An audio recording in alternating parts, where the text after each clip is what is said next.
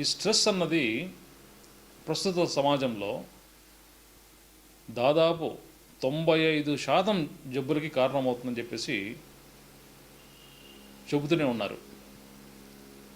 మరి ఈ యొక్క మానసిక ఒత్తిడిని తగ్గించే ఒక ఉపాయం ఉంది అంటే అది ధ్యాన మార్గం ద్వారా మానసిక ఒత్తిడిని తగ్గించవచ్చు. ఈ ధ్యానం ఒత్తిడిని ఏ విధంగా తగ్గిస్తుంది? మన మానసిక ఒత్తిడి అన్నది ప్రధానంగా ఒక సమస్యకు సంబంధించిన రియాక్షనరీ యాటిట్యూడ్ నుంచి ఉద్భవించింది.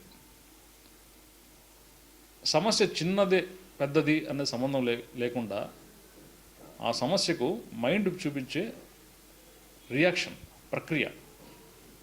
ప్రతిక్రియ ఈ ప్రతిక్రియ నుంచి ఉద్భవించిందే మానసిక ఒత్తిడి.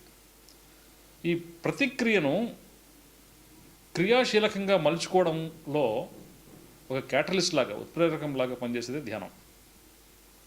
ఏ విధంగా తెలుసుకుందాం. ధ్యానం చేయడం వల్ల అంటే మన ఆలోచనలు, మన భావోద్వేగాలు నెమ్మదించిన తర్వాత మానసిక ఘర్షణ తగ్గుతుంది. ఆలోచనకు మధ్య ఉన్న ఘర్షణ తగ్గుతుంది. ఈ రాపిడి ఘర్షణ ఎప్పుడైతే తగ్గుతుందో ఆలోచనలు నెమ్మదిగా తగ్గుతాయి, స్లో అవుతాయి. ఆలోచనలు ఎప్పుడైతే స్లో అవుతాయో ఆలోచన రహిత స్థితి ఏర్పడుతుంది, సైలెన్స్ ఏర్పడుతుంది. ఎప్పుడైతే మైండ్ ప్రశాంతతను టేస్ట్ చేస్తుందో ఆ ప్రశాంతతే మన న్యాచురల్ యాటిట్యూడ్గా మలచబడుతుంది.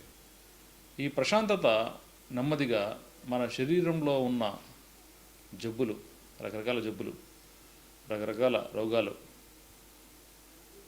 వీటన్నిటిని కూడా తగ్గించే ఒక గొప్ప ఉపాయకారి అవుతుంది. ధ్యానం వల్ల కేవలం ఆరోగ్యమే కాకుండా మన నిద్ర, స్లీప్ డిప్రవేషన్ అన్నది కూడా జబ్బులకు కానీ, మెంటల్ టెన్షన్కి కానీ, యాంగ్జైటీకి కానీ, మన అబ్సెషన్స్కి కానీ కారణం అయి ఉంది ఆల్రెడీ. ఈ యొక్క స్లీప్ డిప్రవేషన్ అంటే నిద్రలీమితనంని కూడా ఈ ధ్యానం దూరం చేస్తుంది. మంచి నిద్ర, గాఢమైన నిద్ర, దీర్ఘమైన నిద్ర ధ్యానం అన్నది చేకూరుస్తుంది.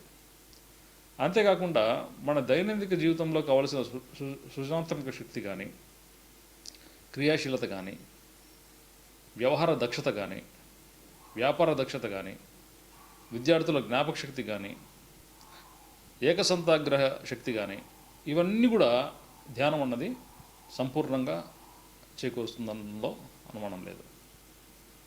అట్లాగే ఈ ధ్యానం ద్వారా ముఖ్యంగా మన సంకల్ప శక్తి, చాలామంది ప్రధాన సమస్య సంకల్పం సరిగ్గా లేకపోవడం. సరైన సంకల్పం మనం తీసుకొని ఆ సంకల్పానికి కొంత దృఢచిత్తం యాడ్ అయిందనుకోండి, అప్పుడు ఆ సంకల్పానికి శక్తి వస్తుంది. ఈ యొక్క ధ్యానం ద్వారా సంకల్ప శక్తి అద్భుతంగా పెరుగుతుంది. ఎప్పుడైతే సంకల్ప శక్తి అద్భుతంగా పెరుగుతుందో మన వ్యవహారం కానీ, మన బిహేవియర్ కానీ, మన యాటిట్యూడ్స్ కానీ, మన బిలీఫ్ సిస్టమ్స్ కానీ, మన సైకలాజికల్ హ్యాబిట్స్ కానీ, ఇవన్నీ కూడా చాలా పాజిటివ్గా, రివార్డింగ్గా తయారవుతాయి. అంటే మనకు వచ్చే ఆలోచనలు కానీ, లేకపోతే మనం చేసే పనులు కానీ, లేకపోతే మనకున్న నమ్మకాలు కానీ అన్రివార్డింగ్గా ఉన్నాయి. అంటే మనకు లాభం చేకూర్చే విధంగా లేవు. మనకి లాభం చేకూర్చే విధంగా మన ఆలోచనలు కానీ, మన చేతలు కానీ, లేకపోతే మన నమ్మకాలు కానీ ఉన్నాయనుకోండి, అప్పుడు మన లైఫ్ చాలా పాజిటివ్గా అనుకున్నట్టుగా జరుగుతుంది. సో ఇవన్నీ కూడా ధ్యానానికి ధ్యానం వల్ల వచ్చే రకరకాల లాభాలు. కాబట్టి నా విన్నపం ఏంటంటే ఖచ్చితంగా రోజు కనీసం ఒక 15 నిమిషాల నుంచి ఒక అరగంట సేపైనా మనతో మనం ఉండాలి. మనతో మనం ఉండడమే ధ్యానం అంటే, ఇంకేమీ కాదు.